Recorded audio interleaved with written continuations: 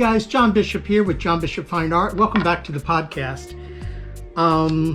Been a very strange week. I've been working really hard to try and get ready for this Comic Palooza, which is coming up in about a month, a little over a month.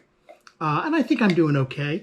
I am trying to really feature these little cartoon heads that I make, just because I think they might appeal to that audience a little more than other things that I do.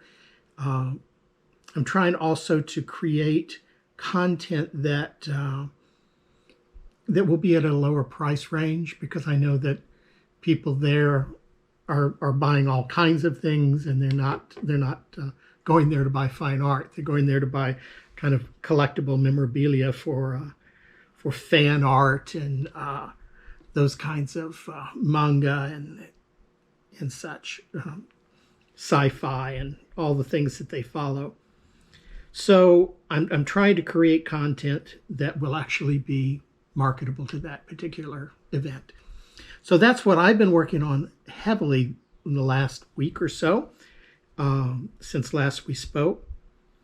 I also have been doing a lot of pre-operative procedures. I'm having some issues with my sinuses. I've been going to a specialist, and he determined that there's actually something wrong. I have a deviated septum. I have a very small airway on the right, and some sort of massive sinus infection that just won't go away. So he's going to do some exploratory stuff. He's going to do a biopsy on a mass in the sinuses that he believes is probably nothing serious, but he's going to check it out all the same. And he's also going to expand my airways by putting a balloon in, expanding and fixing that deviated septum that I have. And I'm missing a bit of bone, and it looks as though I've had a trauma to the face, and you'd think I would remember that. So my assumption is that it is something that happened when I was a little baby. Maybe somebody dropped me, I don't know. And that there was actually some trauma all my life that I've lived with. It also could be that that's just the way I'm built. I know that Mom had a real problem with breathing, and actually affected her, I think, her lifespan. So yeah, there are a number of things that could be going on, but we're going to find out.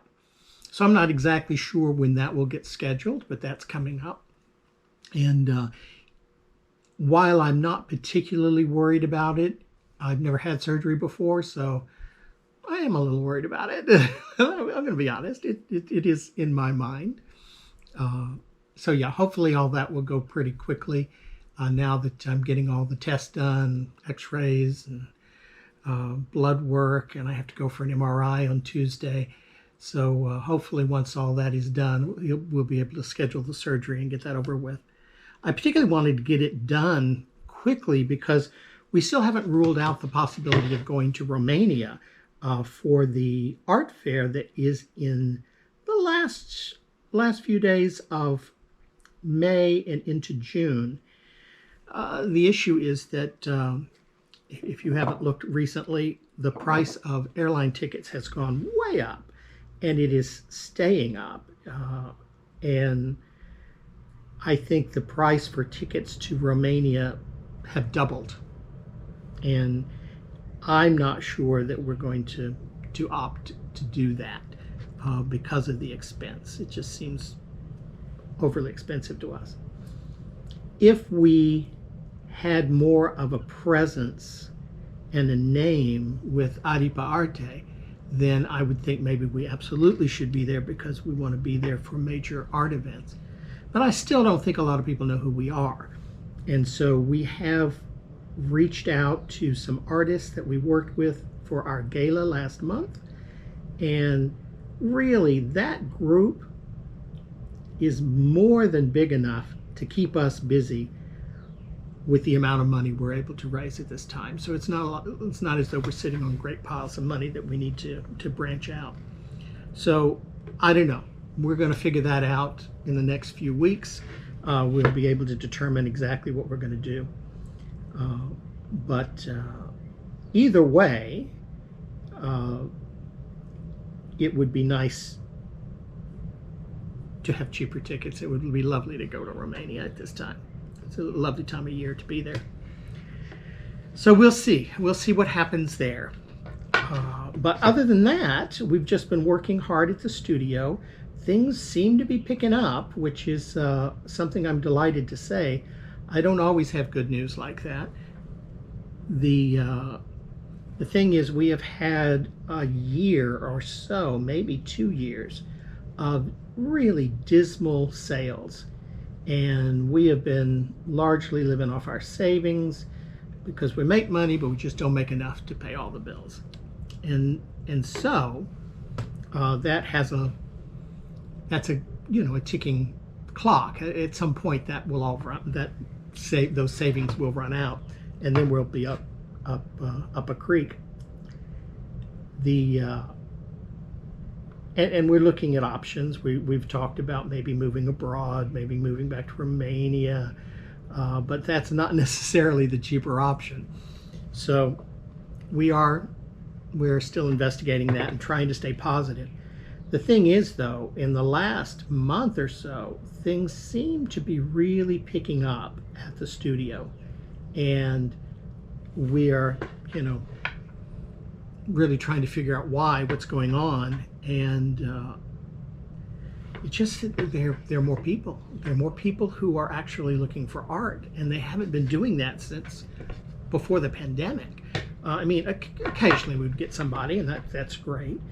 But it just seems like the quantity of people who are actually looking to buy something, and they are actively looking to buy something, has risen. And so one of the things that we were just discussing the other day, I mean, Bogdan had what we would call a whale come through. And a whale for us is somebody who is a real, honest-to-God, wealthy art collector who is expanding a collection.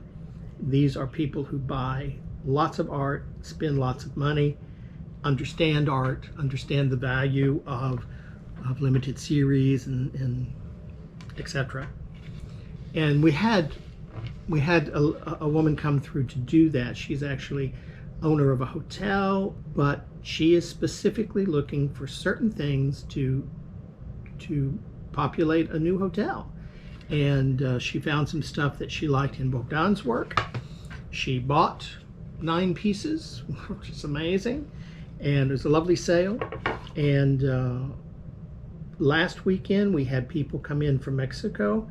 Well, they are not from Mexico. The sons live here, but mom was visiting from Mexico. She is an artist. And they came by and they bought a piece, and they happen to know the lady who runs the hotel. So it's just like all of a sudden we're getting people who are actively buying. And so it occurred to us that in whatever plans we have, the only reason we're making the sales that we're making now is because we have the studio. And the studio is expensive, and most of the time nobody's coming in. But when somebody is looking for art, they come by and check us out. And if we did not have the studio, or if we were not open that day, we would not have made those sales. They weren't looking for us. They were just looking for art. And so that idea of, location really makes sense. But it is the most expensive thing we do is rent out this studio. And much of the time, we're not seeing any people come through. So that has been a real conversation between Bogdan and I, and actually between ourselves and some of the other artists around, is where are we making money and where are we not making money, and how are we justifying those expenses? I was just talking to an artist yesterday, and she's like, why do I spend, I think she spends like we do. I think she spends about $400 a month, excuse me, a year, to maintain a website that has, an e-commerce package to it, a capability to it. And so we have online content, and we have online stores, and we're able to sell online. Nobody buys online, not from us anyway. And she's like, why am I spending this money? And yet something inside us says, well, a website is what gives you instant credibility when people are checking you out. If I hear about an artist and I want to see them, I Google them. And if they don't have a website, I instantly go, oh, well, they can't be that serious.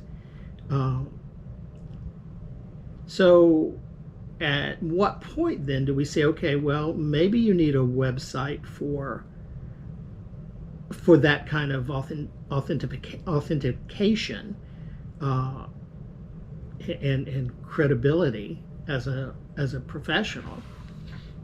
But why do I need to spend extra for a packet for e-commerce? And I don't know the answer to that question right now. My gut response is, well, what if somebody does want to buy? Then if I don't give them that option, I lose that sale. Well, I also am losing all the sales from people in New York because I'm not in New York. So I don't know. It's quite a conversation for us to be having. One of the things I have been working on lately is this notion, and a lot of it has to do with what I'm doing with Comic Palooza, is that in fact the reason I'm not selling online may be that not enough people are going to the webpage, and that is absolutely true. I need to figure out why I'm not getting more traffic than I am. And it may well be that the kinds of things that I'm selling are not the kinds of things that the people online are looking for. My suspicion is that if I had cheaper items, then more people would buy. That may not sound intuitive, because part of me says, well, yeah, but if you're selling Maseratis, you don't need to be selling little wagons at the same time. You're a luxury item, and you need to attract a luxury buying public who would be put off by a cheap inventory. I just don't know that that's who's looking at my work. So it occurs to me that maybe if I have a luxury clientele who are looking for high-end art, and for somebody who is well known and well respected in the art market, then they're going to be turned off by the fact that I'm selling buttons and cheap reproductions and posters or whatever. And I'm not sure what the answer is to that, because I obviously don't want to turn them off. But I don't know how many of those folks there are out there looking. I know an artist who told me that he actually has two names, that he keeps one name, kind of a DBA, as his fine art business, and that he keeps very high-end and very exclusive, etc. But then under a different name, he sells things like posters and cheap prints and things on t-shirts and mugs, and that he keeps that name separate from his fine art stuff, so that that one doesn't kind of pollute the other. That makes sense, but at the same time, it's just more investment and more things. That means he has to maintain those those online shops